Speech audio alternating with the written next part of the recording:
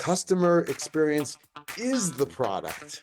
For more and more products that are out there, the core product is getting more commoditized. Digital capabilities, automation enable lots of different companies to offer similar services at their core, especially in service-based businesses. Yeah, there's often a trade-off between what people fear are added costs of investing in customer experience and aspects of customer service. They're worried, in healthcare, for example, how far can you go to rectify things if it's not necessarily clear that there was a mistake? Is it just the customer's perception? And there's just always this trade-off between cost and value. But the reality is, from a brand perspective, customer experience is the product. For more and more products that are out there, the core product is getting more commoditized. Digital capabilities, automation enable lots of different companies to offer similar services at their core, especially in service-based businesses. And so the experience around it is what makes a difference. It's what people realize is the value that they're getting. So that's where I find in a lot of executive suites, we try to raise the perception that customer experience is what we sell. It is the brand. And I was lucky with Mark Bertolini, being the CEO at Aetna. He firmly believed that and wanted to distinguish it. And so we got ahead in building digital capabilities and a very advanced app, for example, to be able to manage all aspects of not only your insurance, but even things like getting appointments to see your doctor and things like that. So we really had an ethos at the executive team level that customer experience was going to be something that everybody, not just marketing, not just customer service, was going to focus on, but as a group, it was part of our strategy. And so we made sure we had strategy meetings. Well, we had executive leadership meetings every month, and every other one, customer experience was on the table as a core thing we would discuss. Where were we? What were the trade-offs we were facing, the obstacles? How do we work together as a team to advance the ball? Sure, it actually goes way back, and I'm going to reveal my age here. In 1989, before the internet became a thing, I was a young consultant at BCG, out of business school, and focused on marketing. And three clients in a row had come to us saying they were starting to collect customer information. They felt it could be an asset that they can do something with, but they weren't quite sure what that was. Was it around targeting marketing, creating loyalty programs, using it for customer service? And we found opportunities, and I started thinking, this is going to be bigger. We are just beginning this. I got some investment dollars from BCG to look more deeply into it and came up with what we called segment of one marketing as an area of focus. I wrote an article. It got picked up widely. I was invited to speak at forums. Clients became much more interested in it, and it snowballed and really became the engine of my career. And of course, then the internet started coming out. I became part of a team that started BCG's e-commerce practice. And over time, more and more capabilities were becoming available. At Digitas, when I went there, I was much more at the rock face of actually building experiences, the marketing that was going out the door, the websites. And then, as I said at McKinsey, about the broader organizational change. So I've been on this journey of always helping companies figure out how to get the value. The interesting thing is the switch from marketing. So it started as much more focused on marketing. But now, with more and more of the capabilities available from AI, it's broader than marketing. It is coming back to what we were just talking about, Bob. It's about the customer experience and using customer data to create experiences and value that customers realize are worthwhile because of the way you're using their data. Think about brands you're using more and more, whether it's Spotify, Uber, Netflix, a lot of the digitally native brands, the reason they're so attractive is because you see the value as they learn more about you, the experience gets more tailored. That's now extending in more and more examples to non-native digital companies who are using this to change the way they work with you. And so it's becoming a way companies are increasingly going to compete.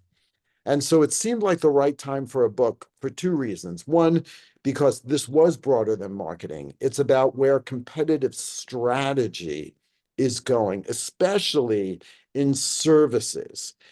Things less so in packaged goods, more so in services, in B2B. That's where it's really advancing rapidly.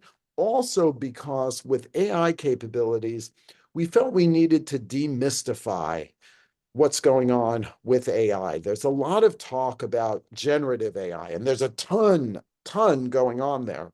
But there's also other aspects of AI that have been around for a while that companies are using that I used when I was CMO at Aetna. And so I wanted to make sure in writing this book, and I wrote it together with Mark Abraham, who runs the marketing practice at BCG. Through both of our examples, we just saw so many different ways of using AI. We felt we needed to broaden people's perspective on the art of the possible. Yeah, sure. So essentially what we're saying is when you're offering personalized experiences, you are implicitly making five promises to your customers. So the first is to empower them. And that's the fundamental thing. Enable them to do something that was not as easy to do before. So solve a challenge that they have, or bring them joy in helping them discover new things that they hadn't thought of before. So, in order to empower them, as you said, Bob, you need to know them. You need to have data. And that data should be gotten in ways that are not creepy.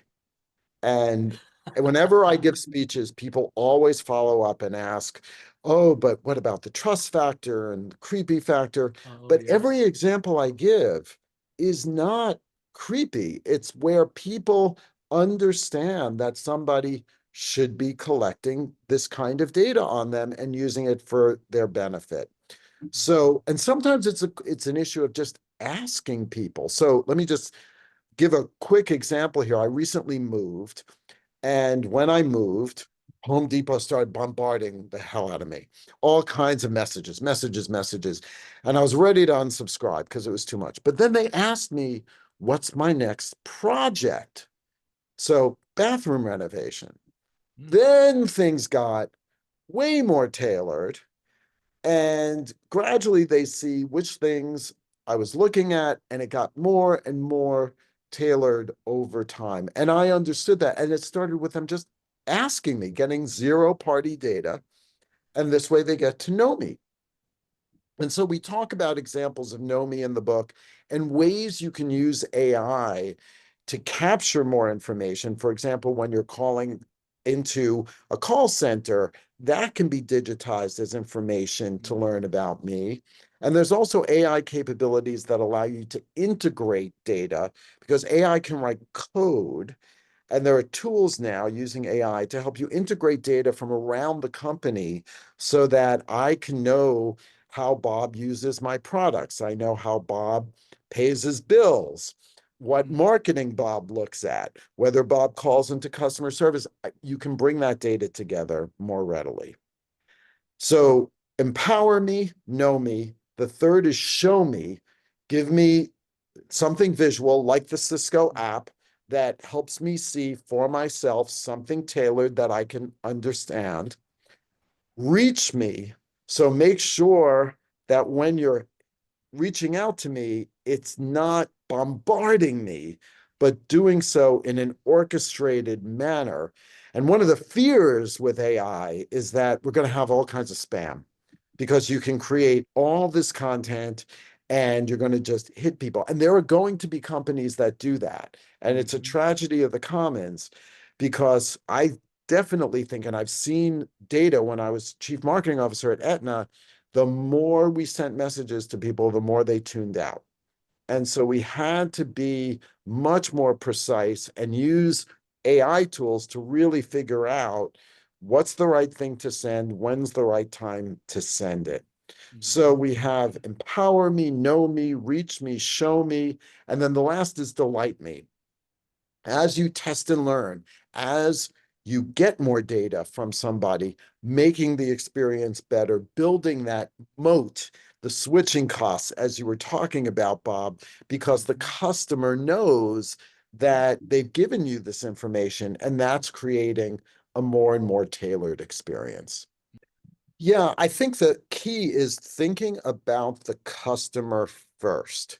So one of the challenges with a lot of AI projects is companies seeing a cool tool or saying, we got to start collecting data, but not really thinking through what they're going to use it for. And the beauty of AI is that it can take lots of different pools of data, bring it together, analyze it, find patterns, find triggers, find anomalies, find clusters if you bring it together. But you have to have a sense of what's the goal? What are you pointing it towards? What are you trying to accomplish? Ideally for customers. Now, it could be to lower your own costs, and it could be you're using AI to manage your supply chain, for example. And that's a perfectly good use. It's not what we focus on in the book, but that's another definitely appropriate goal. But from where we're talking about for personalization, what's the empowerment? What are you trying to enable people to do? At Aetna, one of the things was we wanted to help people do behaviors that made them healthier. So we would go after people who we felt had higher risk of not good things happening to them and make them aware of actions they could take easily and enable them to do things that would make them healthier. And we pointed all of our information processing capabilities towards trying to make that happen. Um, I talked about Cisco. They want to make it easier for people to make decisions about buying that would enable them to buy more efficiently and advance the value proposition of their restaurants. So, what is it that you're taking the customer perspective? The companies that are having the most success, it starts at the top, the senior executive team saying, we want to compete based on customer value. And then the AI and the data falls from that. So that's really the pivot in thinking instead of from the bottom up, just going after everything, because there's too much to go after. There's tons of things you could spend money on, but think about the goal of what you want to enable. Yeah, so the most fun chapter in the book was one that does look ahead. And there's two things that I think are going to happen going ahead. More and more companies are going to be thinking about pull instead of push. So, and what I mean by that is you going to Marriott and saying to Marriott, I want to go to Spain with my two teenage kids for 10 days, want to go to 3 or 4 different places, focus on eating experiences. Here's my budget, but I want to use as many Bonvoy points as possible. Give me 3 options of itineraries and their cost, and let me know if you can coordinate that. And so you're going to see that. Take Home Depot. Here's a picture of my current bathroom. You figure out the dimensions. Here's some Pinterest examples of styles that I like. Here's my budget. Give me 3 options of bathroom remodeling, and you coordinate making that happen. So we're going to see, and we talk about agentic AI, so agents helping to figure out how to make certain things happen and then coordinating those actions on your behalf with your permission. So we're going to see more of that where companies are competing as destinations to give you solutions. So ultimately, personalization is about helping you solve something, getting a solution. So that's one part, but there's an important second part. In all of those examples I cited, the companies, Marriott, Home Depot, can't do it themselves. They have to have an ecosystem of other companies who are helping them provide the personalized solution. I mentioned earlier that AI can actually help you integrate data. When I said that quickly in the know me section, but because AI can do that, it can actually enable information to be passed across parties more easily. It can actually write code to control the flow of information, who sees what, have an audit trail of information being moved. And so it enables companies to coordinate ecosystems to solve personalized problems or solutions and giving people enablement that they just couldn't do before. So I think we're going to see more personalized solutions being offered and even more competition to be the destination for that. And I think we'll also see ecosystems evolving of companies working together to provide those solutions.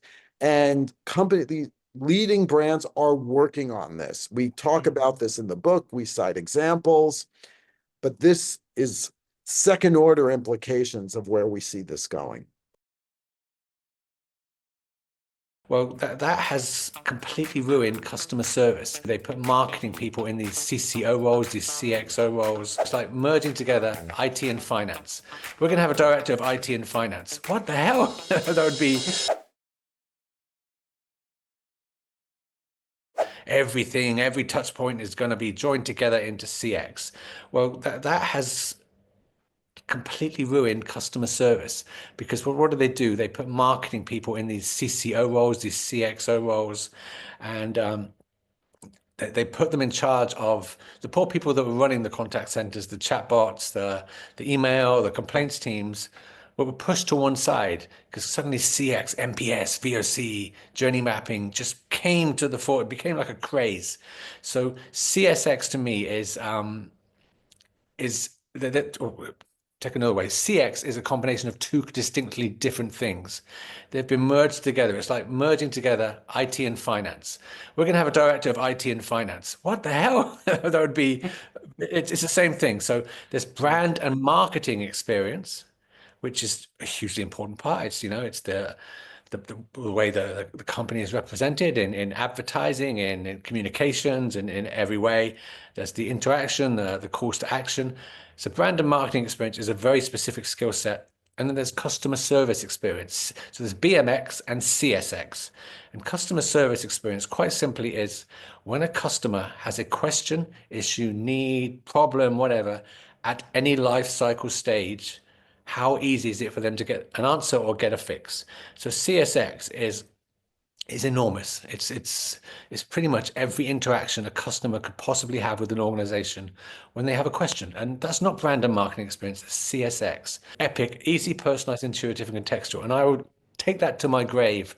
That is my holy grail, and I've never once succeeded in putting it in everywhere, but I at least try where I can. The first thing is back to our very first point. There are so few executive customer service experience leaders in organizations anymore. The people that get it, they've been replaced by CMOs, CXOs, CCOs, the people that don't even think that way. So I don't care what the title is, but there needs to be, going back to the old school people, the old fogies like you and I, maybe younger versions of you and I, but at least those that are the voice of the customer and point out the bleeding obvious. Because every time a customer can't get an answer, they won't buy or they won't buy again. So you have to have someone who articulates a clear vision of what the current issues are, the current failure points are, and how it can be done in the future. Almost like you have to come up with a North Star vision, and there's so few North Star visions being painted. And if you go into a North Star vision to a board and say, hey, it's great. They can speak natural language, and they'll go, get out of here. But if you can go in there and say they can speak natural language, we will sell 25% more of these products. The return rate will be 20% less, and the retention and lifetime customer value will go up by 12%. If you think of the big, and it's mostly the bigger organizations, the big brands that still do this so badly, that goes back to the service recovery situation. So we've let Bob down. My God, Bob's been a loyal customer for 15, 20 years. He spent tens of thousands of dollars with us. Let's do something special because his average lifetime value is X. And that should be straight away popped up to either the AI or the customer service agent. You are empowered to do something special for Bob. And it just doesn't happen. You see screen pops with Bob's last 4 complaints. His screen pops with his last not here's a metric of his lifetime value. Here's the empowerment you should be doing for Bob. And if you think about there's a well-proven stat I learned, I think 15 years ago. A customer who's had an issue, but had that issue sorted out and resolved well, is happier than a customer who never had an issue in the first place. Yeah, so it just is not. You're right. It's an art that has been lost, and it's also been lost again because of the CX. It's been put into a marketing place. It should be in a customer service experience place. What is almost definitely going to happen is there's going to be a rush ahead to put virtual AI agents in place that are going to do speech and text self-help, and it will work. But it also will cause many, many issues when the speech and text AI is not linked to the back-end system. So there will be some companies saving lots of money. There'll be some companies getting it right, but there'll be some companies completely destroying the customer sentiment or the way that they interact with the customers. So I've actually, I look back, I said this 5, 6, 7 years ago. The first thing we need to establish is what is the customer's issue or need. So we have to forget this. Here's a phone number, here's an email address, here's a chatbot. Just give them an interface to say, hey, here's my question, issue, or need. And secondly, but that needs to be embedded into every aspect of their experience. So I'm on a page looking at a flight. I'm on a page looking at a restaurant. I'm on a page looking at a meal, or I want to ask a question now. Let me ask it on the page I'm looking at. So then it's contextual. So I'm looking at a picture of some steak with mushroom, and are those peppercorns? I can't quite tell. Let me ask the peppercorn. So Right. everything needs help needs to be embedded into everything. It needs to be not you can go to here for an FAQ page, or you can go to here, or you can talk to a virtual assistant. Help needs to be embedded into every single aspect of what every customer does. And Gen AI can do that, and it can give answers. And when the answers aren't good enough, okay, would you like to talk to a human being? Give the customer the control. And here's one thing I did 12 years ago with this logistics company. We allowed customers to raise a case by going to the website or the app and saying, your tracking information is wrong. And then they could choose a category saying, you say you try to deliver, but I was in all day and nobody came. I literally put that as a category a customer could choose.